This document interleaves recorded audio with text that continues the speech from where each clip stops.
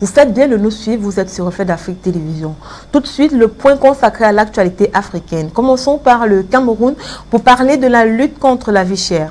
Comme tous les derniers samedis de chaque mois, les différentes organisations paysannes du département du Mungo dans la région du littoral approvisionnent les populations de Konsamba et ses environs en denrées alimentaires.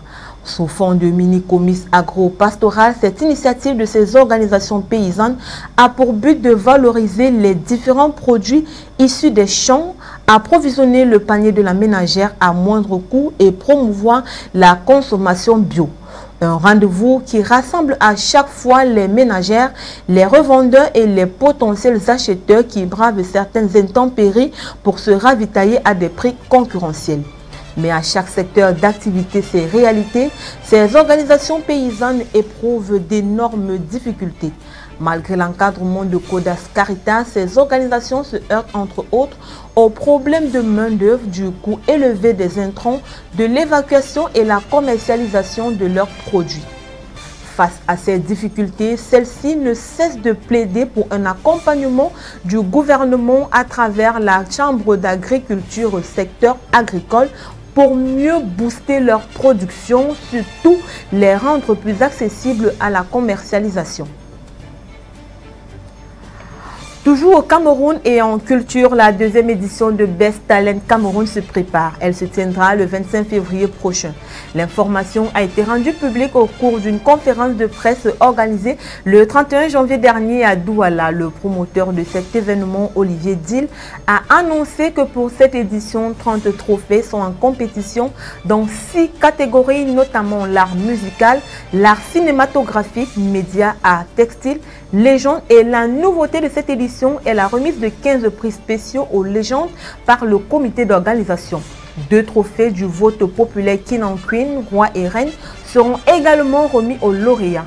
Il faut dire que pour assurer la garantie et la fiabilité du vote, le promoteur de la cérémonie, Olivier Dill, est par ailleurs stratège en communication événementielle et promoteur de Yanni Africa, a dit y avoir associé plusieurs directeurs de programmes, arrangeurs de musique, entrepreneurs culturels, agents d'artistes, metteurs en nom de réalisateurs TV, radio, des acteurs du cinéma et des critiques d'art.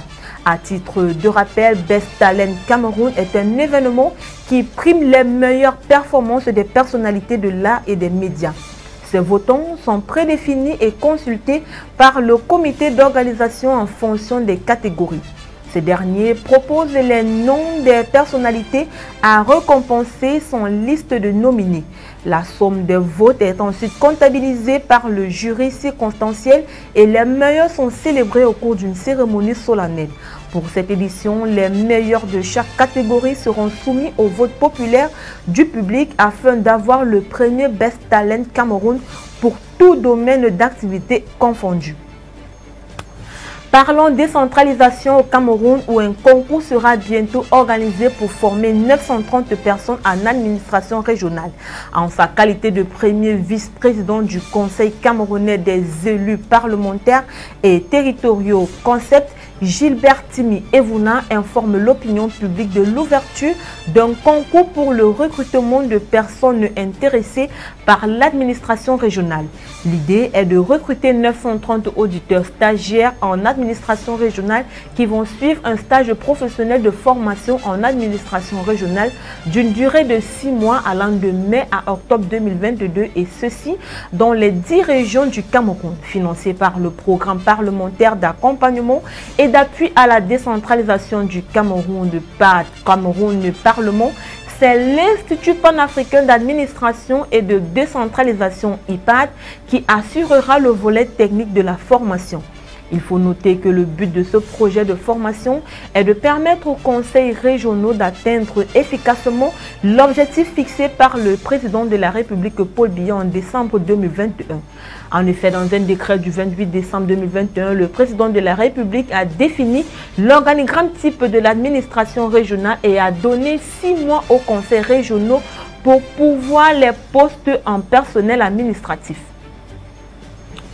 En Guinée-Bissau, c'est un retour au calme suite aux tirs nourris entre hommes armés au palais du gouvernement. Le président bissau-guinéen Oumarou Sissoko Embalo a annoncé que la situation est désormais sous contrôle.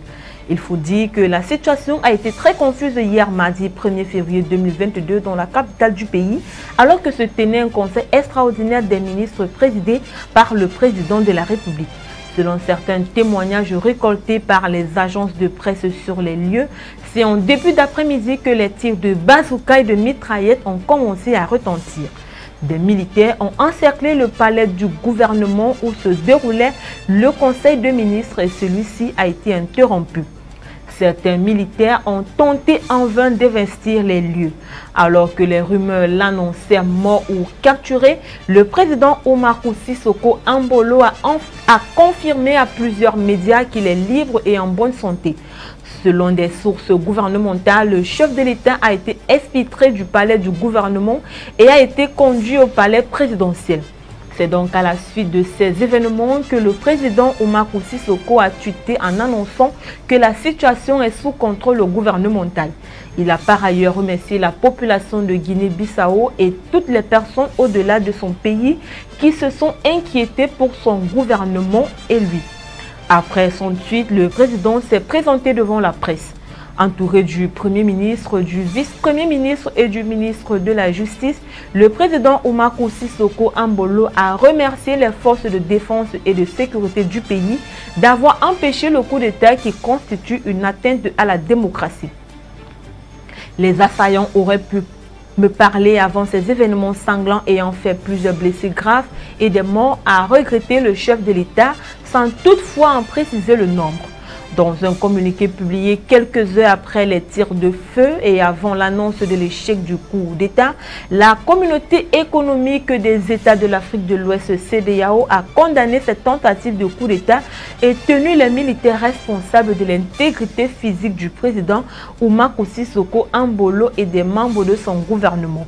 Le président de la Commission de l'Union africaine UA, Moussa Faki Mahamat, a déclaré quant à lui suivre avec une vive préoccupation la situation en Guinée-Bissau caractérisée par la tentative de coup d'État contre le gouvernement du pays. Au Congo, l'Union européenne a adopté le 31 janvier dernier en faveur de la République du Congo un nouveau programme indicatif multi-annuel 2021-2027 associé à une première tranche de financement estimée à 73 millions d'euros pour la période 2021-2024. Selon un communiqué de la délégation de l'Union européenne, ce nouveau programme vise à renforcer la coopération bilatérale et à faire progresser les intérêts communs de cette institution et du Congo dans divers domaines. Il s'agit notamment de la gouvernance économique et de la transition vers une économie verte, diversifiée et digitalisée, la gestion durable des ressources naturelles et des écosystèmes et la gouvernance participative. Partenaire privilégié de la République du Congo dans les domaines de la gouvernance, la valorisation des aires protégées et la transition économique. L'Union européenne a permis au pays d'obtenir ces dernières années d'importantes avancées dans la mise en place d'un système informatisé de vérification de la légalité du bois. Grâce à ce programme de coopération, l'Union européenne s'engage à agir sur un large panel d'objectifs de développement durable, en particulier les objectifs de développement durable 12, 13, 14 et 15 en lien avec la protection de l'environnement. Mesdames, Messieurs, c'est avec cette information que nous mettons un terme à ce point consacré à l'actualité africaine sur Reflet d'Afrique Télévision. Merci de l'avoir suivi. À très vite sur les mêmes antennes de Reflet d'Afrique Télévision.